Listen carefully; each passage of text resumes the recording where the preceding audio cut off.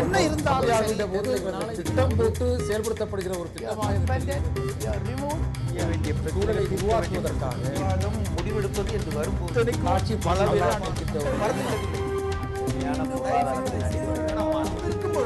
எதிர்த்து பேசிட்டு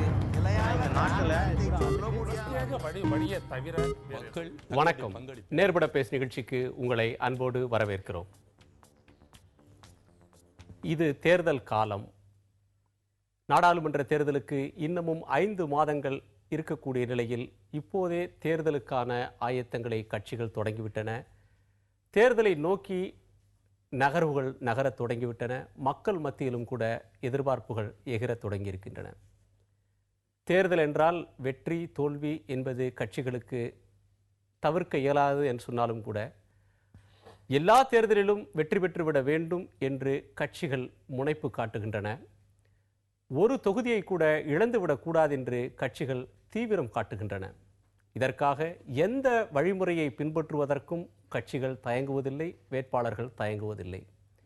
எத்தகைய மோசமானதொரு சீரழிவான ஒரு போக்குக்கும் கூட தேர்தலில் போட்டியிடக்கூடிய வேட்பாளர்களும் அவர்களை சார்ந்த கட்சிகளும் இறங்குவதற்கு துணிந்துவிட்ட காலம் இது. இன்றைக்கு பத்திரிகைகளில் வெளியாக இருக்கக்கூடிய ஒரு புள்ளி விவரம் தமிழ்நாட்டின் அல்லது இந்திய ஜனநாயகம் செல்லக்கூடிய ஒரு மோசமான பாதையை காட்டுவதற்கு சான்றாக இருக்கின்றன. அதாவது வாக்குக்கு பணம் தருவது என்கிற ஒரு கலாச்சாரம் அல்லது தேர்தலில் பண பலம் விளையாடுவது என்பது தமிழ்நாட்டில் தவிர்க்க இயலாத ஒரு அங்கமாக மாறிவிட்டது.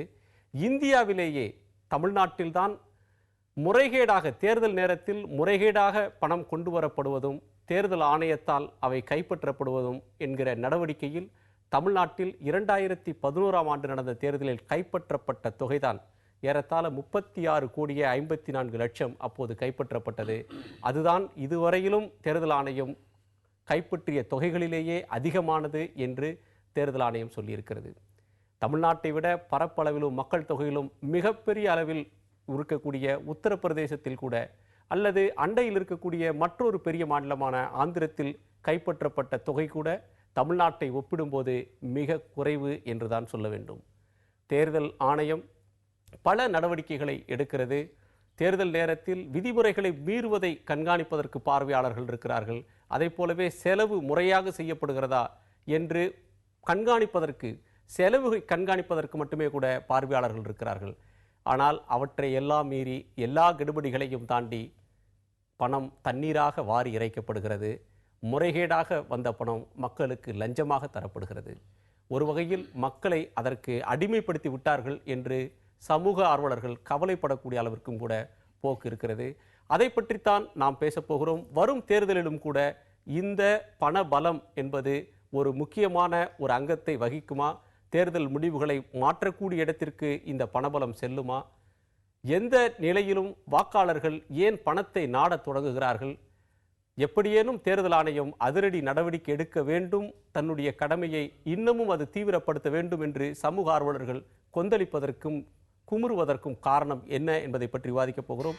நம்மோடு தேர்தல் தலைமை தேர்தல் ஆணையத்தினுடைய ஓய்வு பெற்ற ஆணையர் திரு என் கோபாலசுவாமி, மூத்த பத்திரிகையாளர் திரு கோலப்பன், அதிமுகவின் தலைமை கழக பேச்சாளர் திரு ஆவடிக்குமார், காங்கிரஸ் கட்சியினுடைய மூத்த நிர்வாகி திரு SM இதாயத்துல்லா. நாம் பேசலாம். வணக்கம் திரு கோபால்சுவாமி. தமிழ்நாட்டின் இந்த செய்தி என்பது தமிழ்நாட்டோடு நிற்கக்கூடிய செய்தியாக படவில்லை. இந்தியா முழுமைக்கும் கூட இந்த ஒரு நிலைமை இருக்கக்கூடும். தமிழ்நாடு இதில் எத்தனையோ சிறப்பு தமிழ்நாட்டிற்குண்டு. ஜனநாயகத்தை செழுமைப்படுத்துவதற்கு கூட தமிழ்நாட்டிலிருந்து பல அறிஞர்கள், சட்ட மேதைகள்லாம் உருவாகி சென்றிருக்கிறார்கள். ஆனால் தேர்தல் பணம் என்று சொன்னாலே தமிழ்நாட்டை ஒப்பு நோக்கக்கூடிய ஒரு போக்கு இப்போது அண்மை காலத்தில் இருக்கிறது. இதை பற்றி உங்களுடைய கருத்து?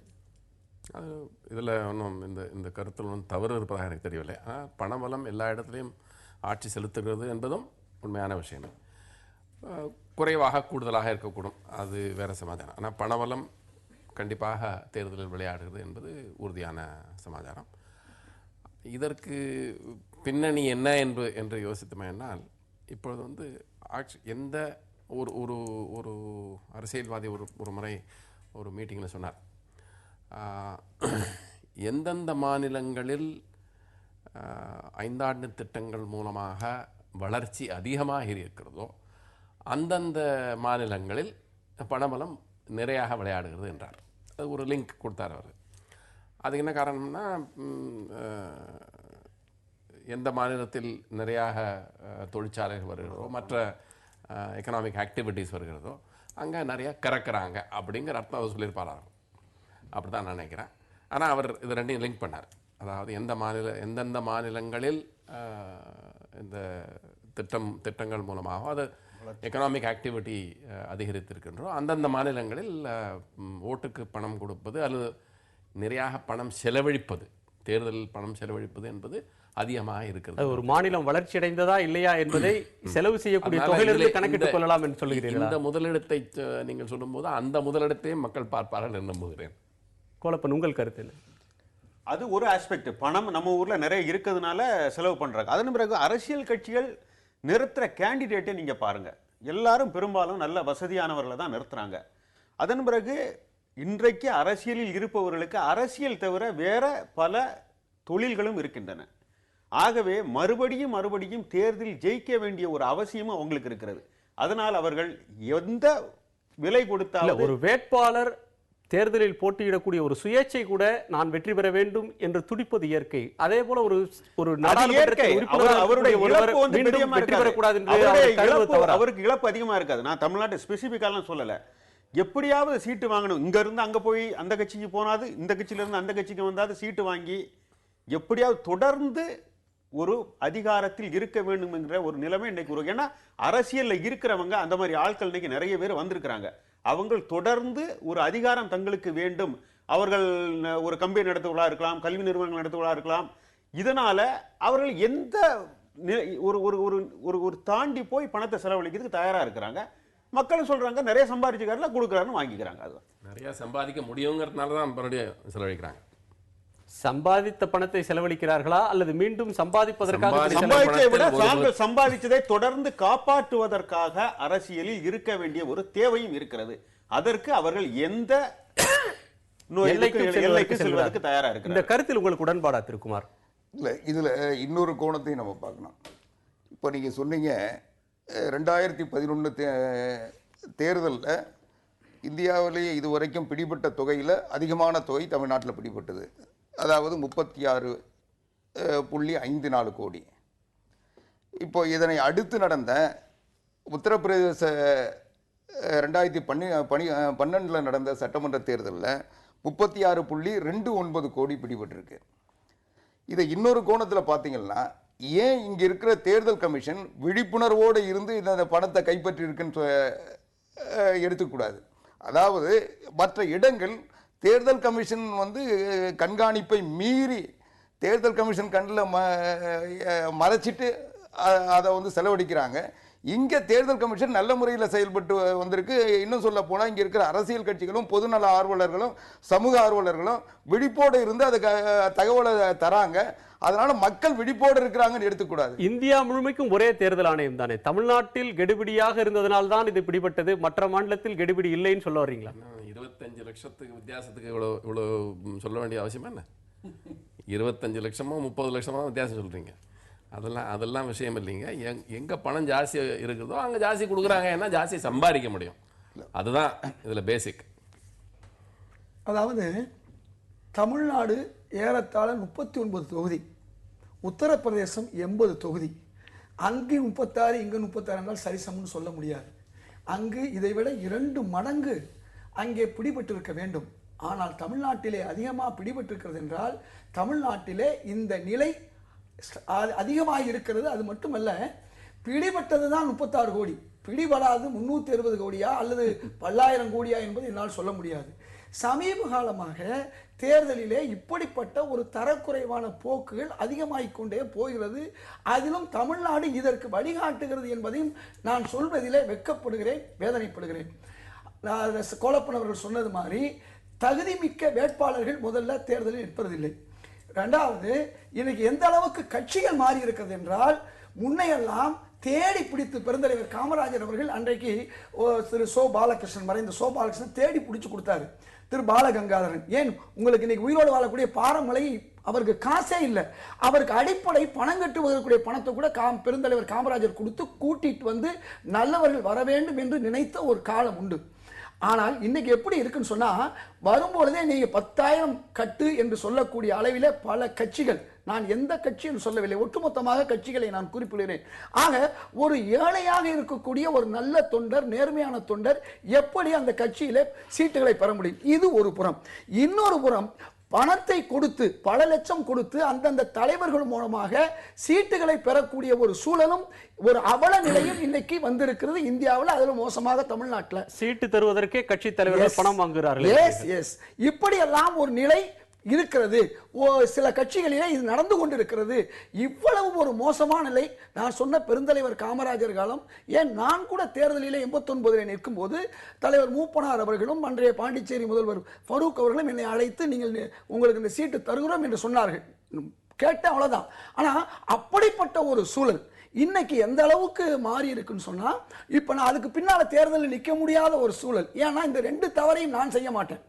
ஆக தவறுகள் செய்யாத ஒரு நிலையிலே நான் தொடர்ந்து என்னால் தேர்தலில் நிற்க முடியாது. நானே ஒரு உதாரணம். அதனால ஒரு உதாரணம் நான் சொல்லி முடிச்சுக்கிறேன்.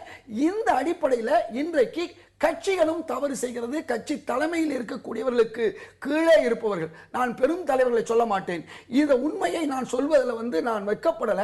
இப்படிப்பட்ட நிலையிலே நல்லவர்கள் வருவதில்லை, வல்லவர்களும் வருவதில்லை. இந்த நிலை இன்னைக்கு எப்படி ஆகிப்போச்சு சொன்னா, தேர்தலுக்கு பணச்செலவு.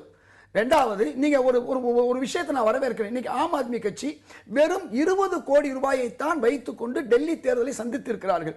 குறைஞ்சபட்சம் ஒரு வேட்பாளருக்கு 50 லட்சம் தான் செலவு. ஆனால் நீங்க நம்ப மாட்டீர்கள், அதுவே சட்டத்துக்கு மீறின ஒன்று இல்லையா? 14 லட்சம் தான் ஒரு வேட்பாளர். கூட நான் பாராட்டுகிறேன். ஏன் பாராட்டுறேன்னு சொன்னா, 5 கோடி 50 கோடி செலவு செய்யக்கூடிய நிலையிலே பல கட்சிகள் இருக்கக்கூடிய ஒரு சூழலிலே இதை நான் பாராட்டுகிறேன். அதாவது சொல்லுவீங்க பார்த்தீங்களா, அதாவது மோசமானது மிக மோசமானது. ஆக இன்னைக்கு மக்கள் மத்தியில் அப்படிப்பட்ட ஒரு சூழல், மோசமானவர்கள் மிக மோசமானவர்கள் 2 பேர்ல யாரை தேர்ந்தெடுக்கிறது என்ற ஒரு நிலை வந்துவிட்டது. நான் இதுக்கு இந்த கட்சி அந்த கட்சி என்று இல்லாமல் இப்படிப்பட்ட ஒரு அவல நிலையை மாற்ற வேண்டும் என்றால் மாற்றம் வர வேண்டும். அந்த மாற்றம் கட்சி தலைமைகளுக்கும் இருக்க வேண்டும். சரியானவர்களை தேர்ந்தெடுத்து சீட்டுகளை வழங்க வேண்டும். ஆக நீங்க சொல்ற இந்த அறிவுரை, நல்லவருக்கு வாய்ப்பு தருவது, ஏழையாக இருந்தாலும் கண்டுபிடித்து நல்லவராக இருந்தால் அவரை வேட்பாளராக நிறுத்துவது என்கிற இந்த அறிவுரை அல்லது வேண்டுகோள் உங்கள் கட்சிக்கும் பொருந்துமா? நான் எல்லா கட்சியும் தான் சொன்னேன். நான் இந்த கட்சி அந்த கட்சின்னு சொல்ல, நான் ரெண்டையும் சொன்னேன். பெருந்தலைவர் காமராஜர் காலம், அதே மாதிரி திரு எம்ஜிஆர் அவர்கள் அன்றைக்கு எனக்கு தெரிந்த ஒரு வேட்பாளரை அழைத்து அவருக்கு பணம் கொடுத்து நிக்க வைத்ததை அதையும் நான் பார்த்திருக்கேன். அந்த வேட்பாளர் நீங்க நம்ப மாட்டீங்க, சட்டசபைக்கு அன்றைக்கு போகும்போது கூட அவருக்கு ஒரு செருப்பு வாங்க முடியாத ஒரு நிலையில் இருந்த நிலையும் இருந்தது.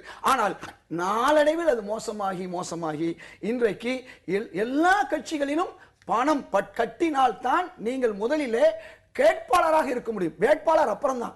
கேட்பாளர் 10,000 கட்ட வேண்டும், 1 லட்சம் கட்ட வேண்டும். அவர் பிறகு வேட்பாளராக மாறுவதற்கு பல லட்சம் ரூபாய் செலவு செய்ய வேண்டும். வேட்பாளராக மாறுபவர் வெற்றியாளராகவோ வெற்றி வாய்ப்பு இழந்தராகவோ மாறுவதற்கு பல லட்சம் பல கோடி செலவு பண்ண வேண்டிய நிலை இன்னைக்கு இருக்குது. இதுக்கு ஒரு மாற்றம் கொண்டு வரணும்னு சொன்னா, அற்புதமான மாற்றம். தேர்தல் கமிஷன் இதுக்கு ஒரு மாற்றத்தை கொண்டு வரலாம். எப்படி எல்லா பொறுப்பையும் தேர்தல் கமிஷன் சுமத்த முடியுமான்ற கேள்வி நாம் பேசலாம். தொடர்ந்து பேசலாம். அரசு செய்யணும். என்ன இருந்தாலும் திட்டம் போட்டு செயல்படுத்தப்படுகிற ஒரு திட்டமாக சூழலை உருவாக்குவதற்காக முடிவெடுப்பது என்று வரும்போது ஆட்சி